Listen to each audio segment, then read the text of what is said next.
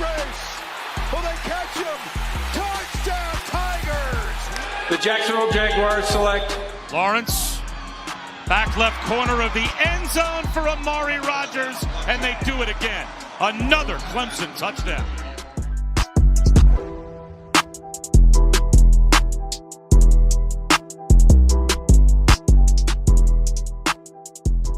Okay, welcome into the TrevorCast on 1010XL, brought to you by our good friends at Claude Nolan Cadillac.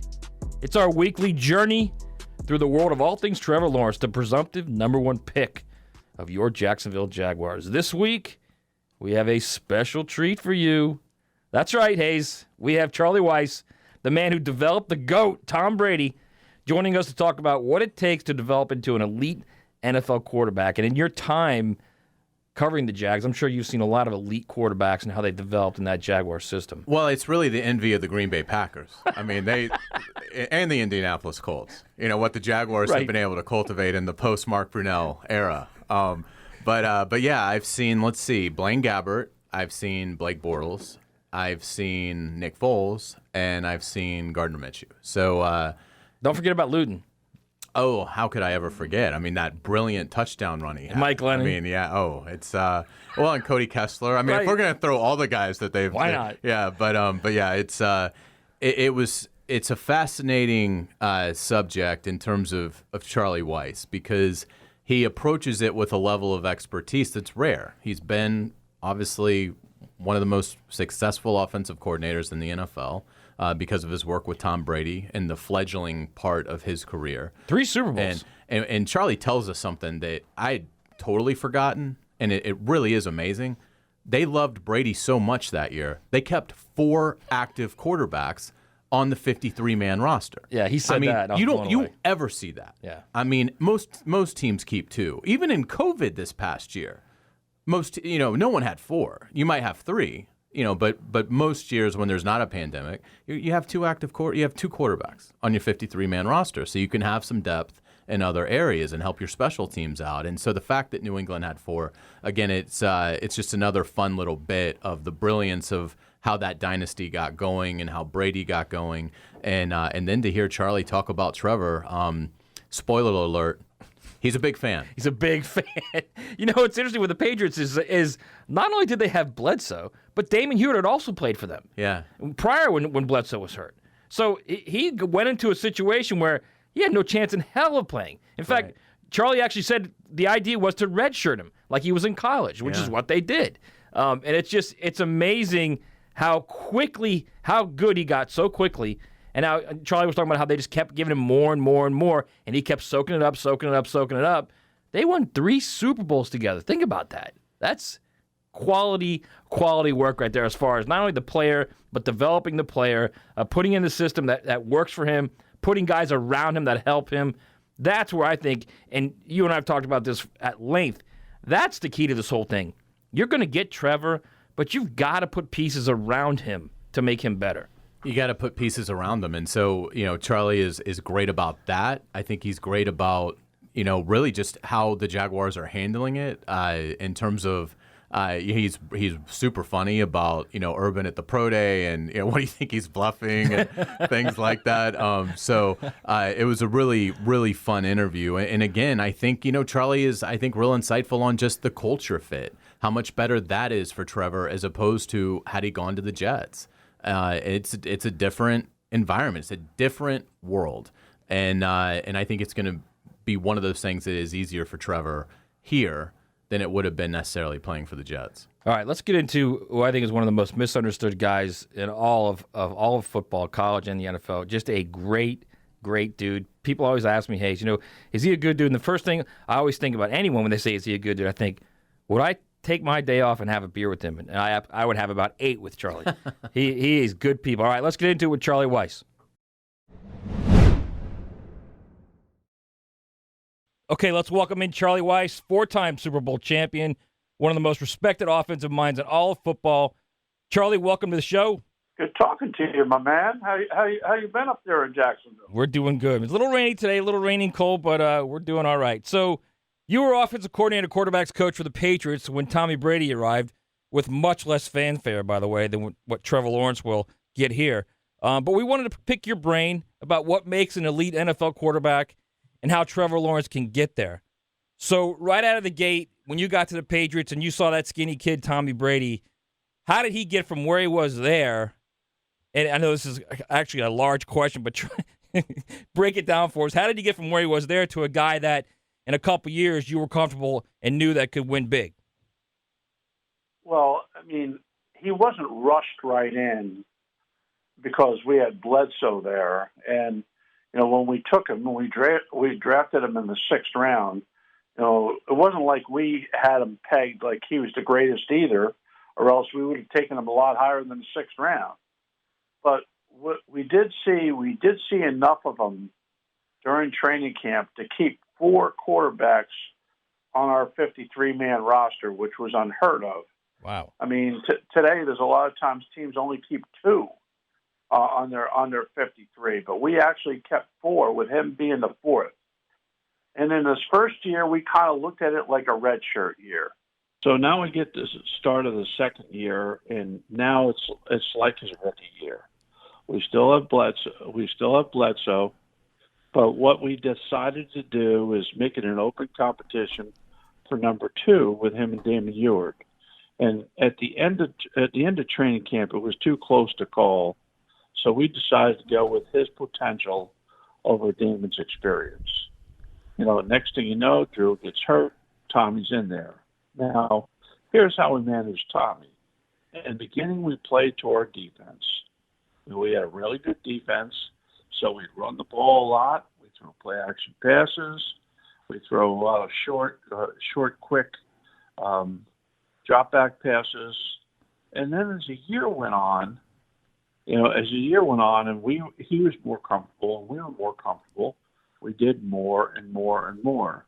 Because, anyone who's got a top flight quarterback, whether they're the first pick of the draft or the 199th pick in the draft, when you have a top flight quarterback that's really bright, that has that special hit factor and can throw with accuracy. I mean, when you have those qualities, which we had in him, okay, you have a chance. Then it's just a question of football intelligence and what they can handle. And the more he could handle, the more we did, to the point that we felt comfortable enough. By the time we get to the end of the year, we go on a 2-minute drive with under a minute and 20 seconds to go in the game. Have to go the length of the field to get in the field goal range without any timeouts. And he's slinging it right down the field, putting us in field goal range, and the rest is history. So, I mean, really, his career began, the main part of his career began with that 2-minute drive in Super Bowl 36, and the rest is history. Yeah, absolutely. Fascinating stuff, Charlie. We know that Trevor isn't going to get that redshirt year here in Jacksonville. The expectation is going to be that he's going to take the first snap in week 1. What would be your process in trying to get him ready for that? Well, the first thing you have to do is, no matter how good he is, and he's outstanding. He's one of my favorite quarterbacks that's come out, in the last decade, from watching quarterbacks and watching how they handle themselves, watching how they play, watching them on the field, watching them off the field, reading everything that they say publicly when they have to do press. I mean, I really, really liked this kid. And I think that it might have been a really bad fit for him to have been drafted, been drafted into the New York area. Because for a while there, it looked like it was the Jets all the way. Right. I'm from New Jersey. I mean, you deal with, that's a really rough media, really, a different type of people there. They're good people. It's just different. I've lived in the South, and living in South Carolina, where I was there from 85 to 89. Living in South Carolina is different than living in New Jersey. It's not the same. I mean, you have good people no matter where you go, but you have bad people no matter where you go too. I just think that Trevor really, really fits, in an environment in a city like Jacksonville. So that's half the battle. he comes in a comfort zone where, there's not 9 million people, waiting to ask questions every time he goes to the microphone. I think there'll be a few less people at the Jacksonville press conferences than there will be at the Jet press conferences. No question. But that being, already got part of the game licked. A seasoned pro on that, and partially he gets credit for it. His family gets credit for it, but the environment at Clemson also gets credit for it too. He walked in there and he's walking out of there a pretty polished product off the field as well as on the field. And then when it comes to on the field, okay, what are the two biggest things right off the bat? Does he have it? And is he accurate? And we know that that's a big, big yes on both categories. What he also has, though, for a guy of his size, he has rare athleticism. And that's like hitting a trifecta. So not only does he have that it factor where he's like the Pied Piper, not only is he an accurate thrower on all three levels, short, intermediate, and long. Besides those things right there, he also is athletic. And athletic to the point where his feet can bail him out of a lot of problems. Now, feet doesn't mean that he just has to be running, run the ball 15 times a game. It could just be using his feet to get him out of trouble. And I have a feeling that that's going to happen often in his progression, because as he starts out, there's going to be times where, using your feet is going to be your bailout. That's going to be your way of getting out of trouble. Whereas when he gets older and more experienced and to NFL game, he's going to learn, like every other quarterback, the least amount of time you run the ball, the better. It's not like college where you want quarterbacks to run the ball all the time. Right. And the pros, the less they run, the longer they live. That's just the way that's the way it works. I remember when I was a young coach and I was working on defense my first year in the league with the Giants, and I was helping out with the linebackers, and they had some scrubs called like Lawrence Taylor and Carl Banks, and they go against teams like this. Like I know at the time Detroit was running the run and shoot, and Detroit, when we played Detroit in my rookie year in the league, they were undefeated 8-0 when they played the Giants. And that day, Detroit lost 20-0. And one of the reasons they lost 20-0 is because when that quarterback came down the line of scrimmage, he was getting massacred. So you learn in a hurry in the NFL that quarterbacks don't live by running the ball. They live by throwing touchdown passes. Right. All right, so God, I bet it was about 13, 14 years ago, I remember. Maybe that long. So I came out to South Bend. We did a story on you, and we were sitting down. I was watching you coach Clausen, go through specific situations. And what I was thinking with Hayes, last week we were talking about this, I thought, well, I'd love to ask Charlie Weis, as a quarterback, from the moment the play comes into the huddle to the end of the play, what does the quarterback have to do, Charlie? I mean everything, as far as changing fronts, everything in a play, and why a quarterback now is so important at all levels of football, why he is the number one guy. Okay, do I have 25 seconds? Do I have a 25 second clock or a 40-second clock? Well, no. This is a serious question. Yeah, you got the NFL clock. Let's go the NFL clock. Yeah, let's do 40. Okay, so let's just say, the NFL is 25 and 40. I mean, they have that. That's true. Let's go 40. So let's say a 25-second clock, okay? So the most important thing starts off the offensive coordinator got to get the play in quickly enough so that the quarterback has time to run the full operation.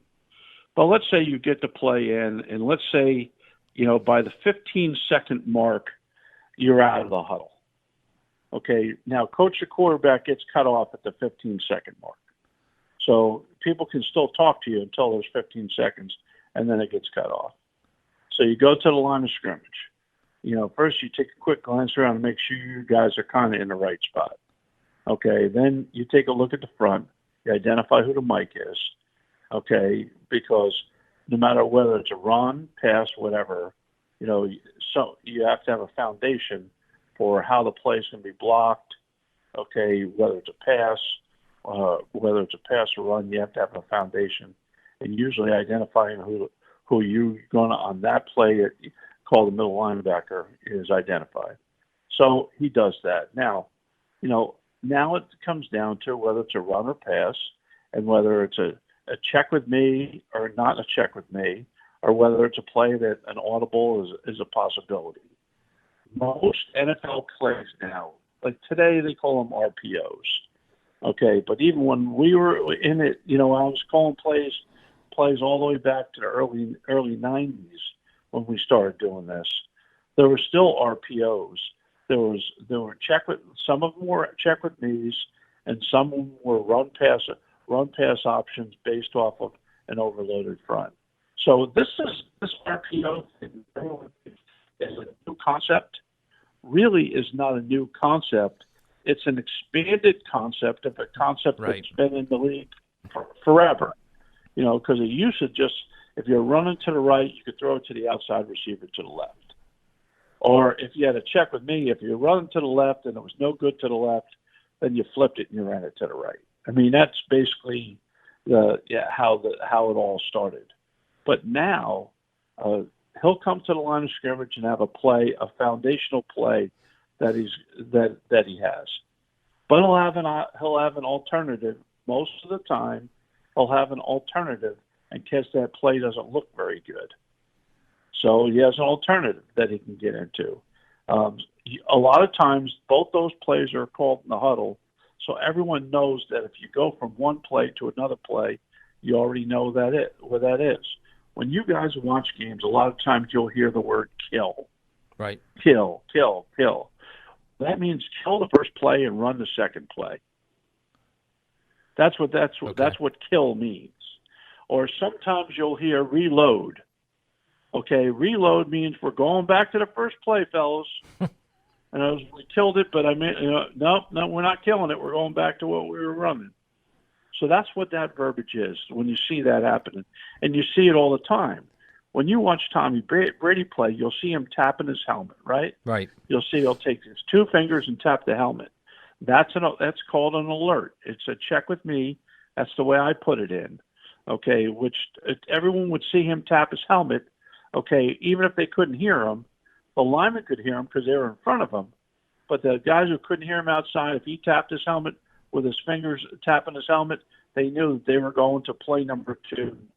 Charlie, in your opinion, is it an easy decision for Urban Meyer to select Trevor Lawrence? Do you think this is an easy decision for the Jaguars, or do you think it's a close call? It might be the easiest draft choice that's come along in the last 10 years.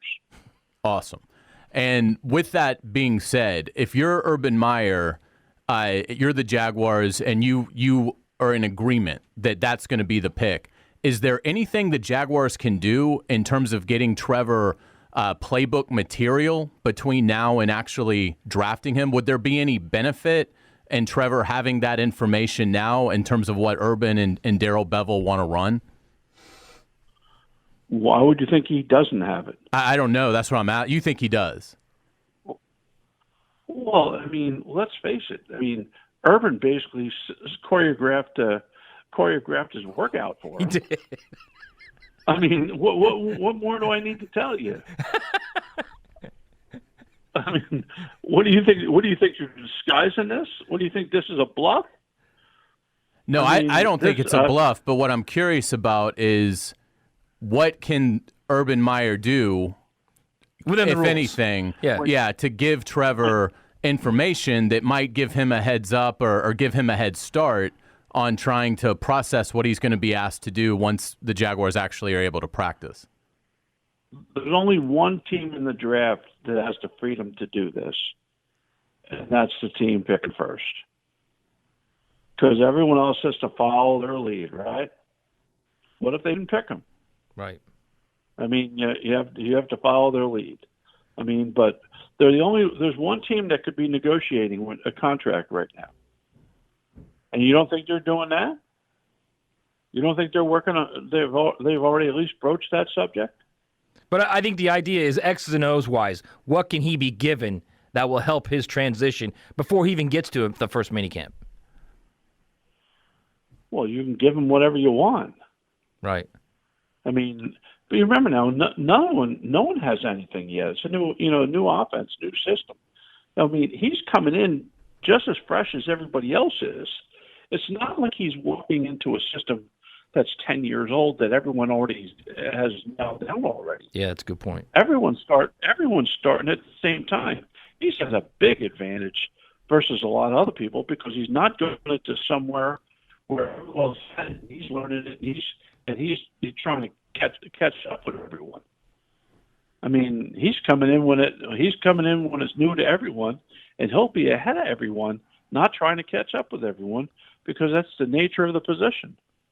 Would you do, if you were coaching, would you do more run pass stuff? Would you do more like hit the college offense he's running, or would you prefer him to do more pro stuff and then sprinkle a little of those college run pass principles in there?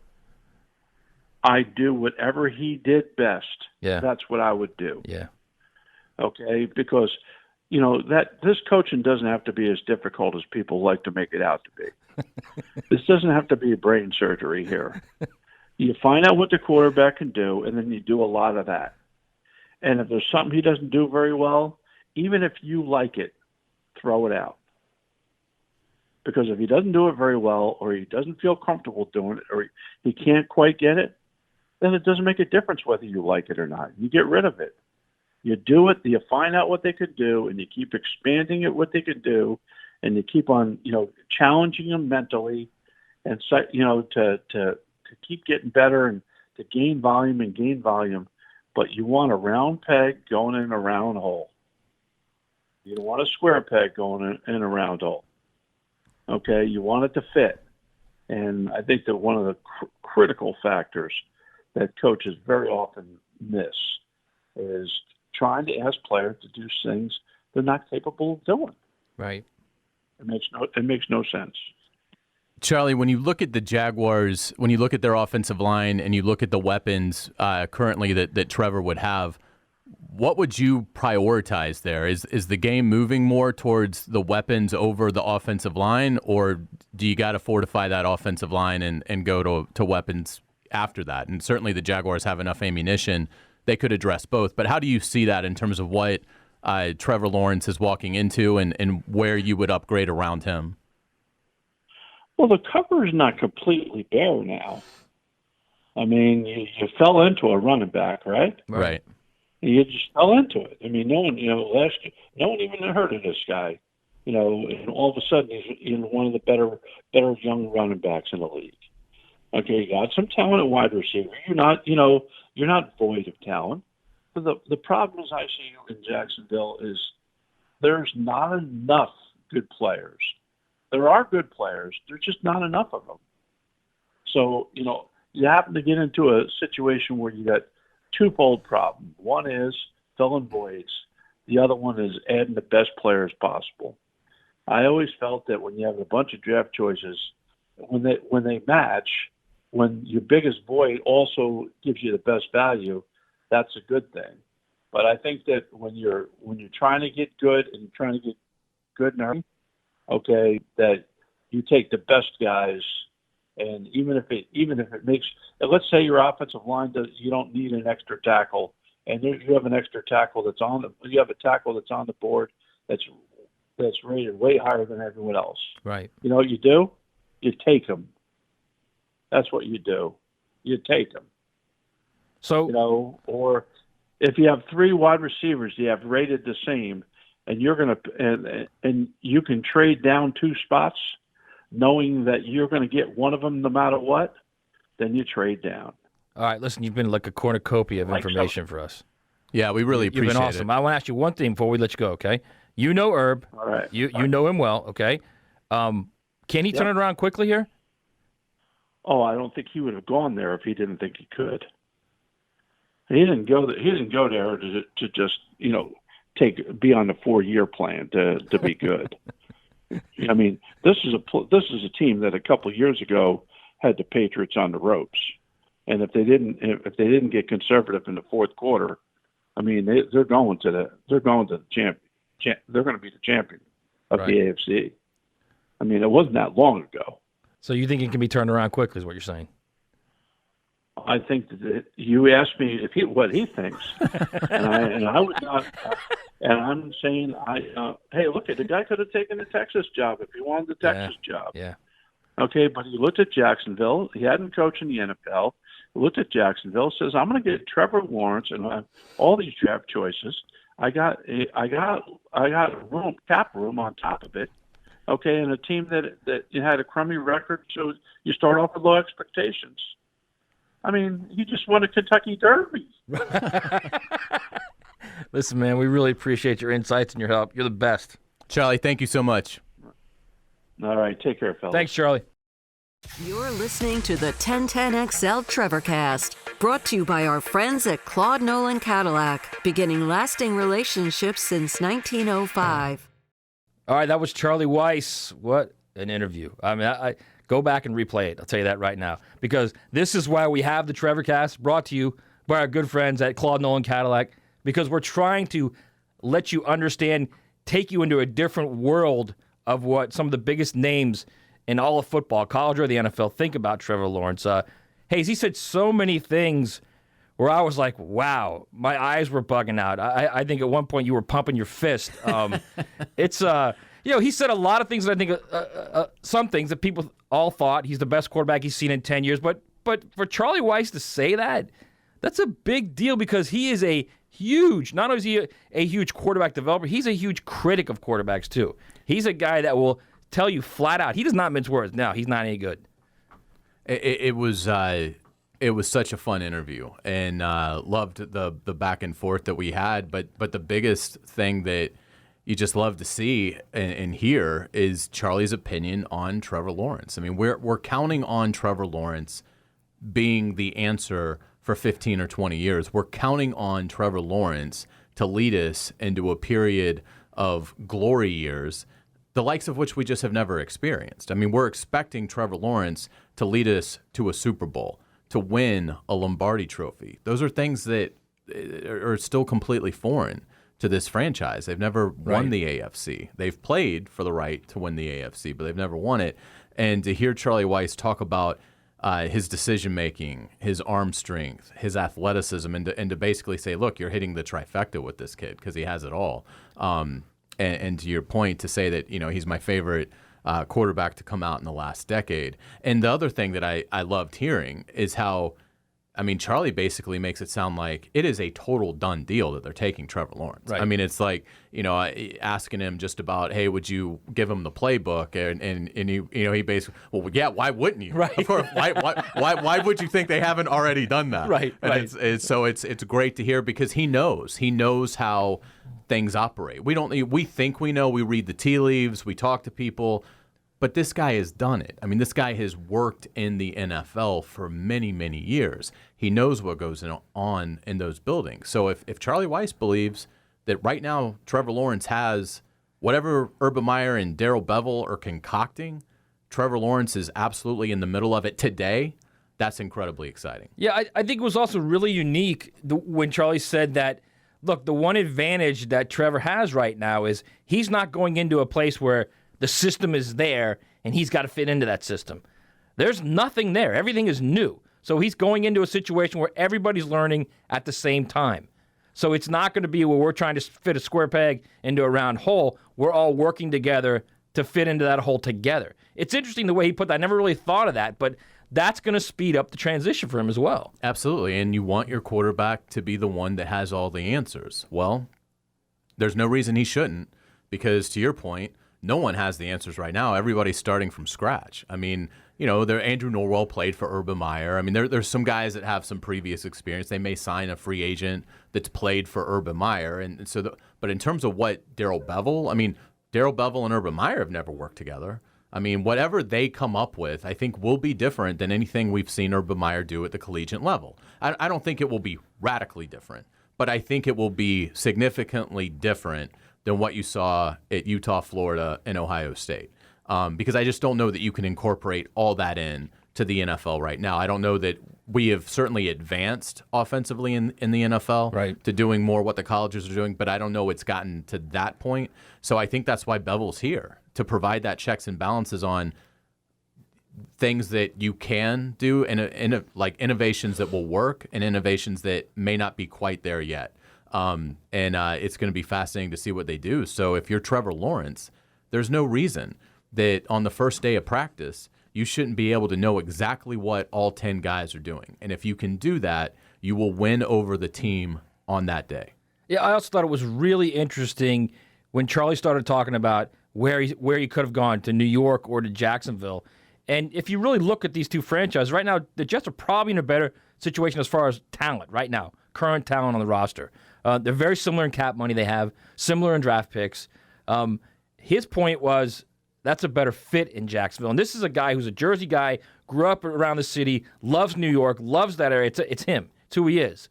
And he thinks Jacksonville is the better fit for him. It's a better cultural fit. It's a better situation for him to go in and succeed quicker than he would in New York. He was talking about the huge mass media there in New York. He said, how many people are going to be there in Jacksonville? But he makes a very good point. It will be an easier transition here. Yeah, and again, I thought, it was insightful that he said, look, it's not, there's good people in both places. It's just different. And there's no question right. that it's much different. New York is a tougher media market. I mean, there's just no doubt about it. And so I think when you consider that, I also thought it was really interesting that one of the first things Charlie brought up was he likes how Trevor is publicly. That's something that's resonated with Charlie Weis. Trevor Lawrence isn't overly outspoken. Right. He's very humble, very grounded. Certainly not a me guy. A lot like yeah, the GOAT. The GOAT. I'm not comparing him to Brady. I'm just saying Right. his personality is a lot like Tom Brady's. Yeah, and I think that's interesting to me that's one of the first things that Charlie brought up. Right. Is he likes how Trevor handles himself in the media. And again, it's down the list of priorities, but it is something that you want to be there. You want it all.